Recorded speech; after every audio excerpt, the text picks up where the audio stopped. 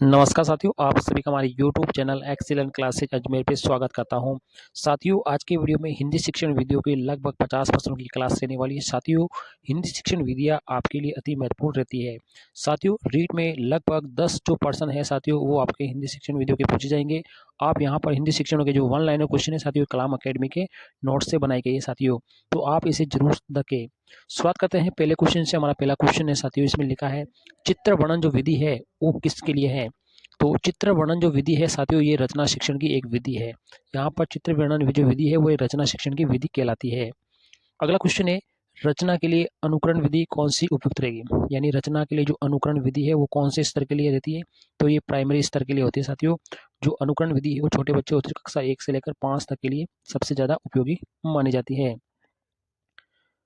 अगला सवाल है, लिखा है लेखन और उच्चारण के लिए अनुकरण विधि उपयोगी है। कौन से स्तर के लिए? प्राइमरी स्तर पे। आप सभी को पता है लेखन और उच्चारण के लिए जो अनुकरण विधि होती है ये प्राइमरी कक्षा के लिए होती है, यानी कक्षा 1 से लेकर 5 तक के लिए ही सबसे बेस्ट रहती है। अगला है द्वितीय भाषा शिक्षण की तुलनात्मक विधि कौन सी है। यानी द्वितीय भाषा के रूप में अगर हम तुलनात्मक विधि की बात करते हैं तो कौन सी विधि रहेगी साथियों? रहेगी व्यतिरेकी विधि। आपका व्यतिरेकी ऑप्शन बिल्कुल राइट रहेगा। या तो वन लाइनर क्वेश्चन है, आप इसे थोड़ा सा देख के जरूर अनुमान लगा लीजिए। आप ऑप्शन इसमें से आपको केवल प्रश्न है और उत्तर है, ऑप्शन में जब भी आएगा तो आपको ऐसा वाला टिक जरूर लगाना है। अगला सवाल है साथियों, इसमें लिखा है नवीन शिक्षण प्रणालियों में जो प्रोजेक्ट पद्धति है उसके व्यापक प्रयोग का जो श्रेय है वो जॉन डीवी और किलपेट्री को दिया जाता है। तो यहाँ पर प्रोजेक्ट विधि में कौन सी शिक्षा दी जाती है, तो प्रोजेक्ट विधि में जीवनोपयोगी शिक्षा दी जाती है। यानी प्रोजेक्ट विधि है वो जॉन डीवी और किलपेट्री ने दी है, और इसमें जो शिक्षा दी जाती है साथियों वो जीवनोपयोगी शिक्षा दी जाती है। अगले सवाल की बात करते हैं साथियों, इसमें लिखा है शिक्षण विधियों में ज्ञानेंद्रियों की शिक्षा पर विशेष बल देने वाली पद्धति कौन सी है। तो शिक्षण में ज्ञानेंद्रिय यानी आँख कान नाक के माध्यम से शिक्षा पर जो बल देने वाली है वो मॉन्टेसरी पद्धति है। आपका ये वाला ऑप्शन बिल्कुल सही रहेगा। अगला साथियों, अभिकर्मित अनुदेशन विधि का सिद्धांत है। अभिकर्मित अनुदेशन विधि के सिद्धांत में कौन सा आता है? सब गति का जो सिद्धांत है वो अभिकर्मित अनुदेशन विधि के अंतर्गत यहाँ पर पूछा जाता है। अगला साथियों, किंडरगार्टन पद्धति किसकी देन है। किंडर शब्द का मतलब होता है बच्चों का बगीचा, और इस पद्धति को देने वाले कौन है साथियों? फ्रोबेल। इसका राइट आंसर रहेगा। किंडरगार्टन शब्द का क्या अर्थ है? बच्चों का उद्यान ही किंडरगार्टन का अर्थ यहाँ पर माना जाता है।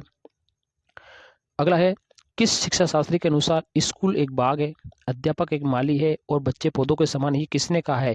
ये साथियों फ्रोबेल ने कहा है। और कौन सी विधि में कहा है? किंडरगार्टन पद्धति के अंदर यहाँ पे कहा है। तो तीनों क्वेश्चन साथियों एक ही पद्धति के यहाँ पे है, तो आपको ये वाले जरूर याद रखना है कि शिक्षा के अनुसार एक स्कूल एक बाग है, अध्यापक एक माली है और बच्चे पौधे के समान ही फ्रोबेल ने कहा है। कौन सी? किंडरगार्टन पद्धति में। अगला सवाल है, डाल्टन प्रणाली के प्रवर्तक कौन है। तो डाल्टन प्रणाली के जो प्रवर्तक है साथियों मिस हेलेन पारकास्ट है। किस प्रणाली को ठेका प्रणाली भी कहा जाता है? तो डाल्टन प्रणाली का जो दूसरा नाम है वो ठेका प्रणाली के नाम से भी जाना जाता है। अगला सवाल है, मोस्ट सवाल है साथियों, खेल विधि के प्रवर्तक कौन है। खेल विधि के जो प्रवर्तक है वो हेनरी कॉल्डवेल कुक है साथियों। कौन है? हेनरी कॉल्डवेल कुक है। अगला वन लाइनर क्वेश्चन है साथियों, इसमें लिखा है व्याकरण अनुवाद जो विधि है उसका अन्य नाम कौन सा है। तो व्याकरण अनुवाद जो विधि है इसका दूसरा नाम क्या है? भंडारकर विधि। ये इसका इंपॉर्टेंट क्वेश्चन है साथियों, इस पर आप टिक लगा सकते हैं। व्याकरण अनुवाद विधि के प्रवर्तक कौन है? तो ये है रामकृष्ण गोपाल। ये व्याकरण अनुवाद विधि के प्रवर्तक माने जाते हैं। अगले सवाल की बात करते हैं, किस विधि में मातृभाषा के माध्यम से नवीन भाषा को पढ़ाया जाता है। मातृभाषा के माध्यम से नवीन भाषा को पढ़ाया जाता है, तो ये आपकी व्याकरण अनुवाद विधि कहलाती है। अगला सवाल है, भाषा शिक्षण में संरचनात्मक उपागम का क्या अर्थ होता है। तो संरचनात्मक उपागम का जो अर्थ होता है वो होता है भाषा की मूल संरचना का शिक्षण करवाना। ये इसका राइट आंसर रहेगा साथियों। अगला सवाल है साथियों, इसमें लिखा है संरचनात्मक उपागम से शिक्षण में एफ.जी. फ्रेंच ने 3 सिद्धांत दिए हैं जो क्रमशः इस प्रकार से हैं। पहला है वाचन पर बल देना, दूसरा है भाषाई आदतों का विकास करना और तीसरा है छात्रों की क्रियाशीलता का पता लगाना। अगला सवाल है साथियों, लिखा है इसमें महात्मा गांधी के द्वारा प्रवर्तित बेसिक शिक्षा। महात्मा गांधी ने कौन सी दी है? बेसिक शिक्षा यानी बुनियादी शिक्षा का प्रमुख सिद्धांत क्या है? इसका प्रमुख सिद्धांत है कि मातृभाषा के माध्यम से ही शिक्षा प्रदान करनी चाहिए। ये बेसिक शिक्षा का प्रावधान यहाँ पर है। अगला साथियों, पाठ्य पुस्तक जो होती है उसके बाह्य गुण कौन कौन से होते हैं? तो पाठ्य पुस्तक के बाह्य गुण के अंदर आकार आ जाता है, मुख्य पृष्ठ आ जाता है, उसका मूल्य आ जाता है, शीर्षक आ जाता है, जिल्द यानी बाइंडिंग भी आ जाती है, इसके बाह्य गुण कहलाते हैं। अगर पाठ्य पुस्तक के आंतरिक गुणों की अगर बात करते हैं तो इसमें विषय वस्तु आती है, विषय विविधता आती है, भाषा शैली आती है, चित्रों का प्रयोग आता है, अभ्यास प्रश्न आ जाते हैं, स्वदेशियता आती है, उपयुक्तता आ जाती है, रोचकता आती है, व्यवहारिकता आती है, मौलिकता आती है और नवीनता का भी समावेश है। ये सारे आंतरिक गुण कहलाते हैं। तो आपको अगर इस तरह का प्रश्न आए तो आपसे जरूर थोड़ा सा ध्यान रखें साथियों। अगला सवाल है साथियों, पाठ्य पुस्तक शिक्षक या छात्रों के लिए किस काम की है? ये ज्ञानार्जन का साधन है साथियों, ज्ञान अर्जन का साधन है। जबकि पाठ्य पुस्तक क्या एक साधन है, ये साध्य नहीं है। क्या है? साधन है लेकिन साध्य नहीं है। प्राचीन काल में पाठ्य पुस्तक के लिए किस शब्द का प्रचलन था? एक ग्रंथ का प्रचलन था, इसको ग्रंथ कहते थे पुराने समय में। ठीक है, अगला सवाल है साथियों, हिंदी भाषा शिक्षण में उपागम कौन से हैं? तो दो तरह के उपागम होते हैं, एक तो होता है पाठ शेषक उपागम और दूसरा होता है रचना उपागम। ये दो तरह के उपागम होते हैं, आपको थोड़ा सा ध्यान रखना है। अगला सवाल साथियों, पाठ्य पुस्तक रचना के सोपानों का उचित क्रम कौन सा होता है? तो पाठ्यक्रम की अगर आप रचना कर रहे हैं तो उसके जो सोपान होते हैं, उसका क्रम होता है, कौन सा होता है? सबसे पहले होता है विशेष सामग्री का चयन करना, दूसरे नंबर पर स्त्रीकरण, तीसरे नंबर पर प्रस्तुतिकरण और निदान का नगण्य महत्व होता है। यदि उनके अनुसार बच्चों का उपचार नहीं है तो यहाँ पर आपका बिल्कुल सही जवाब रहेगा। अगला सवाल है साथियों, लिखा है, इसमें लिखा है कि वाचन संबंधी निदान परीक्षण के परिणामों में किसने महत्वपूर्ण कार्य किए हैं? तो ये डॉक्टर प्रेंसी ने यहाँ पे किए हैं। अगला सवाल है साथियों, वन लाइनर क्वेश्चन है सारे साथियों, इसको जरूर याद करके जाइए, आपको परीक्षा में एक या दो क्वेश्चन जरूर देखने को मिलेंगे। अगला सवाल है, वाचन की निदानात्मक परीक्षा में यांत्रिक यथार्थता को मापने के लिए बेलार्ड की परीक्षा में कितने सामान्य शब्द थे जिनको पढ़ाने के लिए 1 मिनट का समय निर्धारित किया गया था? तो ये शब्द है साथियों 158 शब्द। कितने? 158 शब्द यहाँ पे रहने वाले हैं। अगला सवाल है, कक्षा स्तर के अनुरूप प्रगति नहीं करने वाले विद्यार्थियों को किस शिक्षण की आवश्यकता होती है? तो उनको उपचारात्मक शिक्षण की आवश्यकता होती है, जो कक्षा स्तर के अनुसार नहीं पढ़ते हैं। अगला क्वेश्चन है, निदान और उपचार जो शब्द है वो ग्रहण किए जाते हैं किसके माध्यम से? चिकित्सा शास्त्र के माध्यम से ग्रहण किया जाता है। चिकित्सा शास्त्र में इन दोनों को यूज किया जाता है। अगला सवाल है, चिकित्सात्मक अध्ययन कहा जाता है, ये उपचारात्मक शिक्षण को ही चिकित्सात्मक अध्ययन कहा जाता है।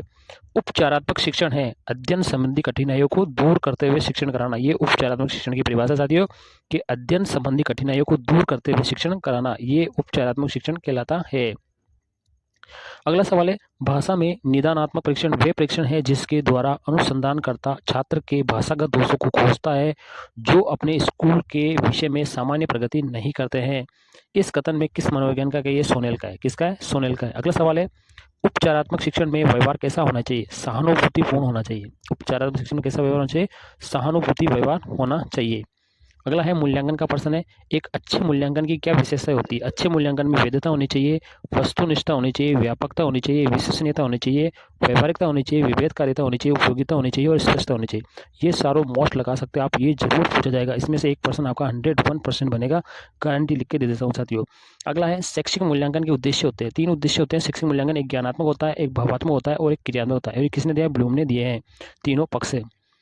अगला सवाल है साथियों, इसमें लिखा है, मूल्यांकन प्रक्रिया का त्रिमुखी बताकर त्रिकोण के रूप में प्रस्तुत किसने किया है? ये BS ब्लूम ने किया है, मोस्ट लगा सकते हैं सभी साथियों। जिस उद्देश्य के लिए परीक्षण तैयार किया गया है यदि वे उसकी पूर्ति करता है तो वे परीक्षण क्या कहलाता है? वे वैध परीक्षण कहलाता है। मोस्ट सवाल लगा सकते हैं साथियों, मोस्ट इंपॉर्टेंट क्वेश्चन रहने वाला है। अगला सवाल है साथियों, इसमें लिखा है, मूल्यांकन का क्षेत्र परीक्षण होता है, कौन सा होता है? विस्तृत होता है। मूल्यांकन का जो क्षेत्र परीक्षण है ना, कैसा होता है? विस्तृत होता है। परीक्षा के दौरान छात्र के किस पक्ष का निरीक्षण होता है? ज्ञानात्मक पक्ष का। बिल्कुल मोस्ट लगा सकते हैं साथियों, मोस्ट। मूल्यांकन के कितने भेद होते हैं? 2 भेद होते हैं मूल्यांकन। कौन कौन से? एक आंतरिक और पाठ के अंतर्गत और एक बाह्य या पाठोपरांत।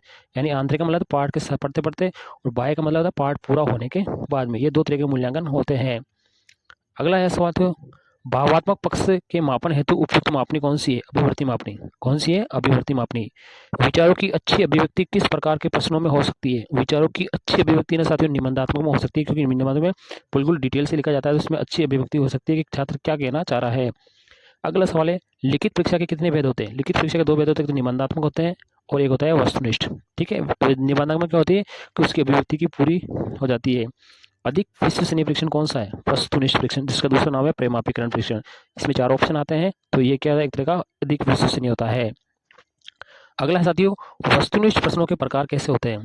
एकांतरित अनुक्रिया रूप के वाले प्रश्न भी हो सकते हैं, सत्य सत्य परीक्षण वाले प्रश्न होते हैं, बहुविकल्प प्रश्न होते हैं, मिलान पद वाले प्रश्न होते हैं, वर्गीकरण प्रश्न होते हैं, रिक्त स्थान पूर्ति वाले प्रश्न होते हैं, युगलीकरण वाले प्रश्न होते हैं, विषम का चुनाव वाले प्रश्न होते हैं, या सादृश्यता अनुभव वाले प्रश्न होते हैं। ये सारे वस्तुनिष्ठ परीक्षणों के ही प्रकार है, आपको थोड़ा सा ध्यान रखना साथियों। अगर इसमें आपसे पूछा जाएगा जवाब दे।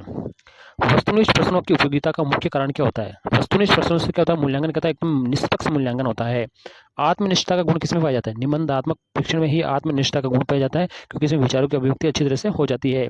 बालक के सुनना बोलना पढ़ना कौशलों का जो परीक्षण है ना, वो कैसे किया जाता है, वो मौखिक परीक्षा के द्वारा किया जाता है कि वो किस प्रकार से सुनना बोलना पढ़ना उसको आता है। अगला सवाल है साथियों, शिक्षार्थियों के सतत और व्यापक मूल्यांकन यानी सीसीई पर प्रभावी जोर किसने दिया है। राष्ट्रीय शिक्षा नीति 1986 ने जोर दिया था। ये भी आपका मोस्ट रहने वाला है। अगला है सीबीएसई 2000। सीबीएसई ने 21 और 10वीं बोर्ड परीक्षा में सतत और व्यापक मूल्यांकन लागू कर दिया है 2011-12 से, 2010-11 से ये लागू कर दिया है। अगला सवाल है साथियों, सतत और व्यापक मूल्यांकन का मुख्य उद्देश्य क्या होता है। विद्यार्थी की अधिगम क्षमता का संवर्धन करना। मोस्ट लगा सकते हैं साथियों, बिल्कुल। विद्यार्थी के लगातार मूल्यांकन हेतु उपयुक्त परीक्षा पद्धति कौन सी है, सतत और व्यापक मूल्यांकन यानी सीसीई, यानी ये बेस्ट रहेगी। सत्र की समाप्ति पर कौन सा मूल्यांकन होता है, संकलात्मक मूल्यांकन होता है। कैसा मूल्यांकन होता है, संकलात्मक मूल्यांकन होता है। साथियों ये यहाँ पर लगभग 50 से 1 लाइन क्वेश्चन थे साथियों। कैसा लगा वीडियो को लाइक जरूर करें साथियों। ये कलाम अकेडमी की तरह जो शॉर्ट नोट्स है साथियों, ये 1 लाइन क्वेश्चन है, इंपॉर्टेंट क्वेश्चन है, आप इसे जरूर देखे जाइए। हमारी एक क्लास पहले से यूट्यूब पर अपलोड है, वहाँ पे आप 50 से 100 प्रश्नों की क्लास है साथियों। आप इन प्रश्नों को जरूर देखे जाइए। आपको यहाँ पर 3 से लेकर 4 क्वेश्चन आपको हिंदी सेक्शन में पूछेंगे। यहाँ पर कुल हिंदी सेक्शन के 10% पूछ जाते हैं, उसमें से आपको 3 या 4 सवाल है केवल इसी एक वीडियो से मिलने वाले साथियों। वीडियो को जोरदार लाइक जरूर करें और चैनल को सब्सक्राइब करें, वीडियो इसको शेयर करें। थैंक यू, धन्यवाद।